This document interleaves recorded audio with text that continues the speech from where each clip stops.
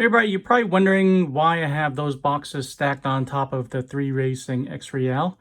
Very simple. I have a body reveal coming up, and you're probably wondering why I haven't done the build review. That's because I wanted to have the body and actually see what it looks like and see how awesome it is before I gave my build review. So here it is.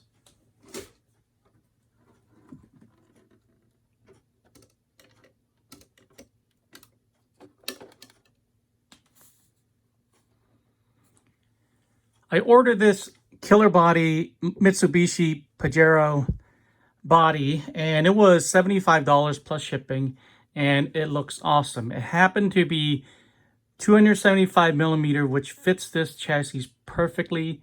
It looks great. There's a ton of detail here, and I can't wait to show you guys more in the next video where I do the build review. At the same time, I'll show a little bit more detail of the body as well. So look forward to that. Please drop a like for this video, subscribe for more, and I'll see you guys in the next one.